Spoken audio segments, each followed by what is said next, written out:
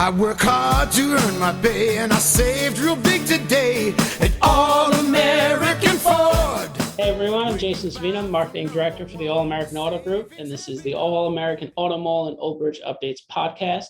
This is episode number 60 of our weekly podcast, and this week I have on my brother again, who is Nick Savino, the Fixed Ops Director for our location here in Old Bridge.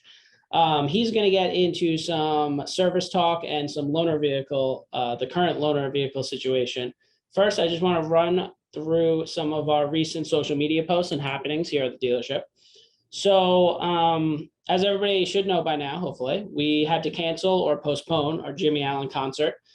His wife went into labor the Saturday before the concert. So the concert was supposed to be on Sunday, March 17th, or April, way off here with the months, October 17th. And his wife went into labor. I got the call from the agent that Saturday morning, instantly called as many people as I could, the radio station that's involved with us. And we had to get it up on social media. We sent out email blasts right away, but it was postponed for a good reason, obviously. Congratulations to the Allen family on new addition to their family. But we are looking at rescheduling it for probably the spring of 2022.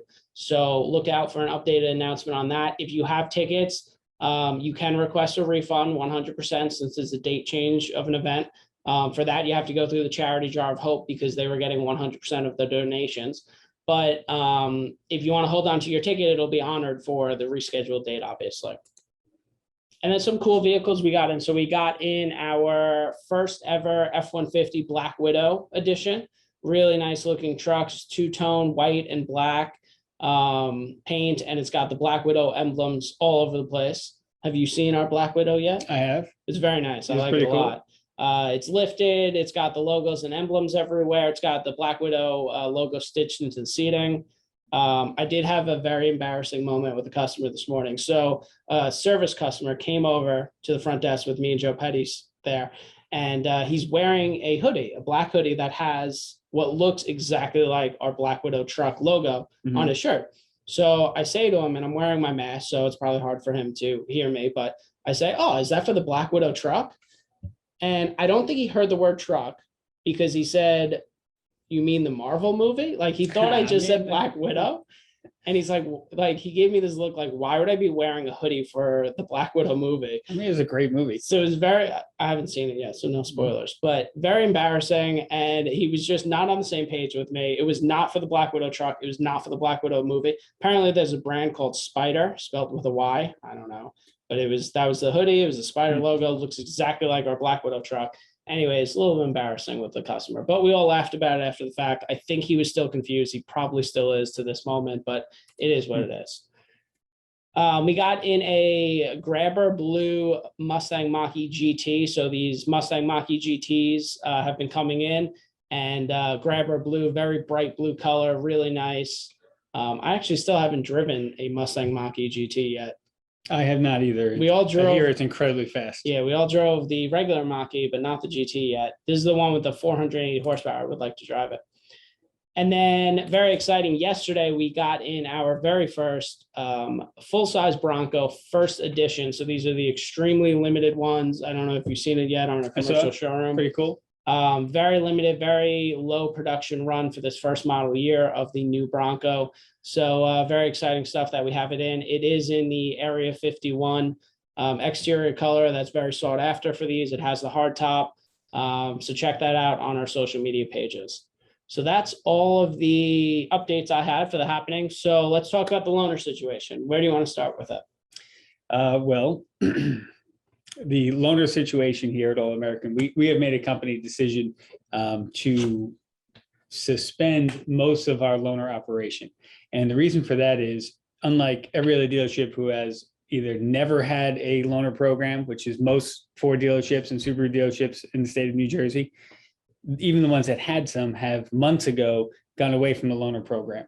And the reason for that is our low inventory. Unfortunately, the forecast for this year coming up, the end of this year and beginning of next year came out, and they're not good from the manufacturers, meaning we're going to have very low inventory. And we have an opportunity to service our customers and provide them with slightly used vehicles. And so we're going to take that approach. We think as a company, it's more important to get vehicles on the road and have customers driving in vehicles rather than just have them sit in loaner cars. So we are trying actively to come up with a game plan and a policy.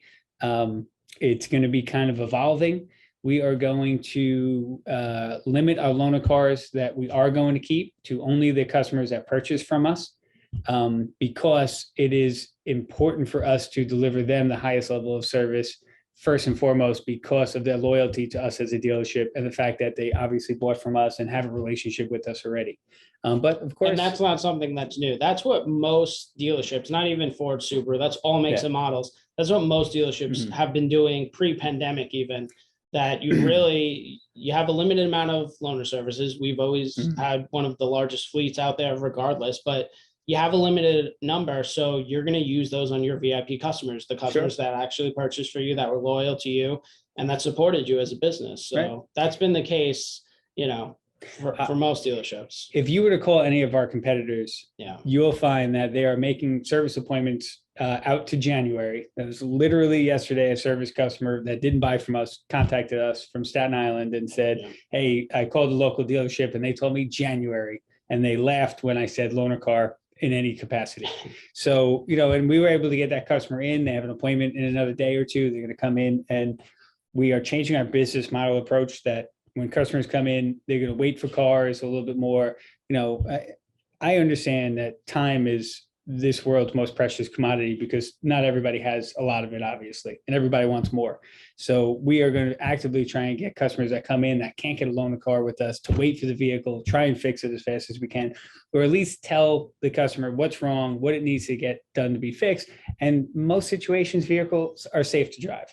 A lot of situations, unfortunately, like with a check engine light on, there's 500 components in every car that could cause that light to come on. And 400 of them are perfectly safe. It's a sensor, it's this, it's that. It's not affecting the drivability of the car, and there's not going to be any long-term further damage to it. But then again, there are, a small handful of parts in the car that when that check engine light comes on, the vehicle is not safe to drive.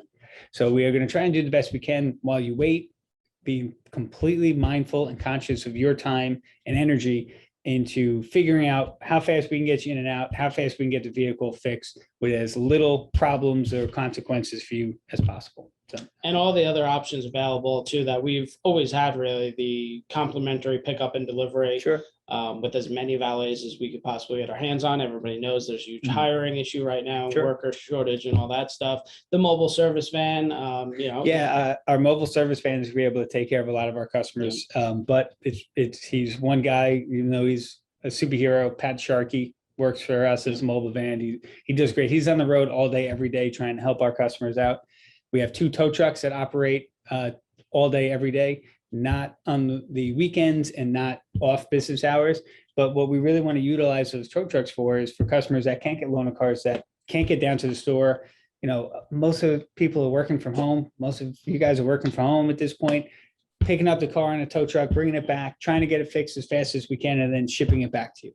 But on the other token, if you want to come in, or if you have to come in to show us a problem or verify a concern with the vehicle, then come on in, and we have 3 or 4 shuttle vehicles that we're going to be able to shuttle customers home in. And then when the car is all done, pick them up.